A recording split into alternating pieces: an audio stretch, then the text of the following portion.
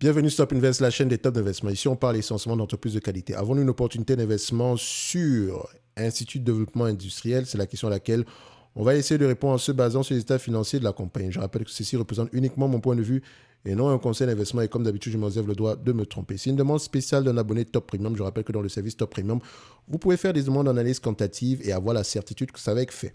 D'accord?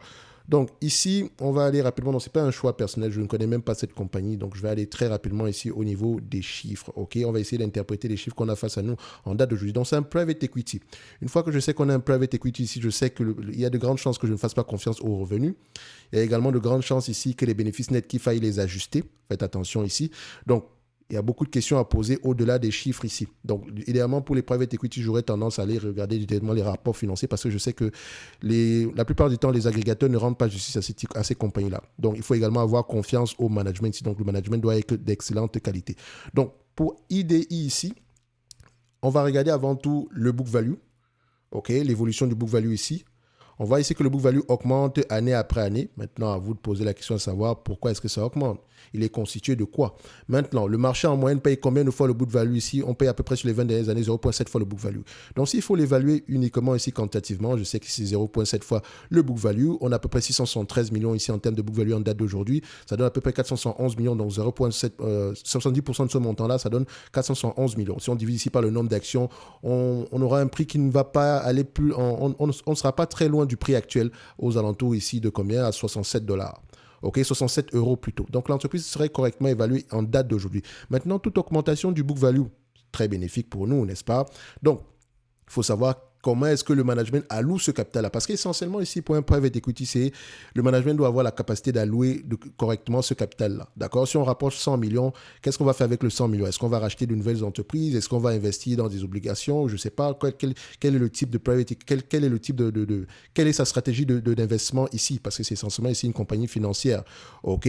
Donc, qu'est-ce qu'on fait avec le cash qu'on reçoit? Combien est-ce qu'on paye en dividendes, etc. Ici, par exemple, vous allez vous rendre compte que c'est une entité qui paie à peu près 3,75% ici en termes de dividendes. Par rapport à la capitalisation boursière actuelle, je vous dirais qu'on a à peu près 17 millions par là. Est-ce que l'entreprise paye un dividende ici de manière stable et croissante dans le temps?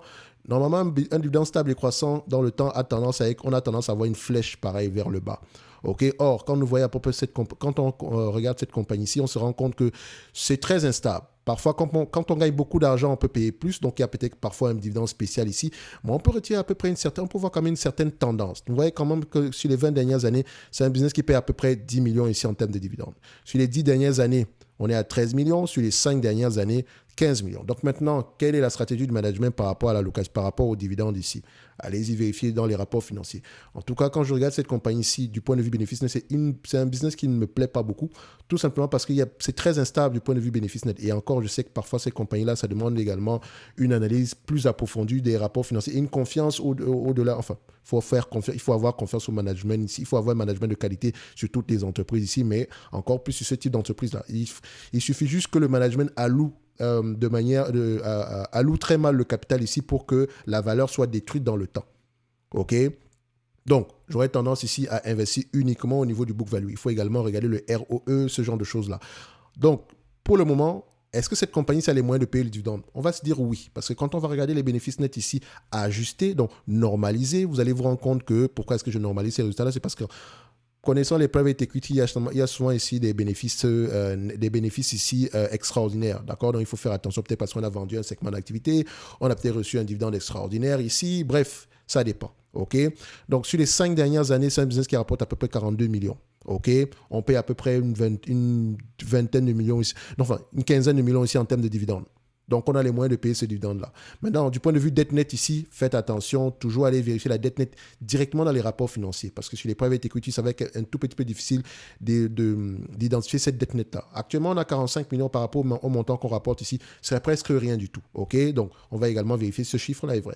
Donc, aujourd'hui, cette compagnie serait correctement évaluée selon moi. Maintenant, si on veut y investir, ça dépend de la croissance future. OK? Donc, allez-y, comprendre la stratégie d'investissement du management ici. Vérifiez bien si vous avez confiance à ce management-là et maintenant, prenez vos propres décisions. OK? Pour moi, ici, il dit par exemple, si le peu que j'ai pu voir ici, donc c'est une compagnie que je vais regarder à distance, peut-être même pas sur la watchlist ici, parce que voilà, je trouve qu'il y a des entreprises ici, voilà, de meilleure qualité, enfin, quand je dis de meilleure qualité, plus facile à comprendre, on va le dire comme ça.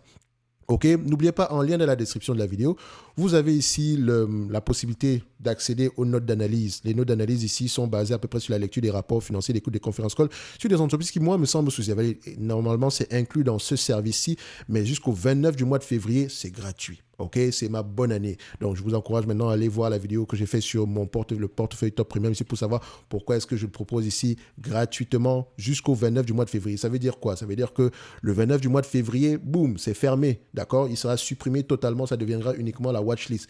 Donc, ça veut dire qu'il n'y aura pas, non seulement tout ce qui est inclus à l'intérieur sera supprimé, d'accord? Et voilà, il est tout à fait normal que vous n'ayez plus accès à ce service-là après le 29 du mois de février, uniquement pour les 910 personnes ici. Ok, une fois que c'est rempli, c'est terminé.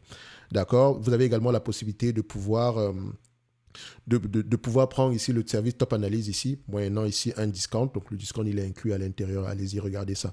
D'accord. Donc n'oubliez pas également la Top Newsletter où je partage généralement ici des analyses sectorielles. Normalement, on a partagé ici une analyse sectorielle ici sur les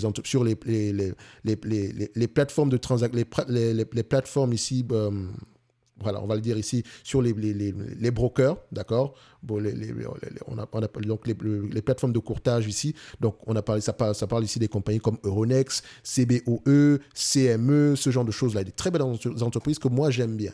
OK? Donc, je vous encourage à aller voir à peu près si vous êtes abonné à la Top Newsletter, allez-y, regardez vos courriels ici, vérifiez bien ou bien dans vos spams. Sans doute, vous l'avez reçu, d'accord? Si vous n'êtes pas encore abonné à la Top Newsletter, ne vous inquiétez pas. Vous recevrez les prochaines, mais bon, c'est également le moment pour vous de vous abonner. C'est gratuit. OK?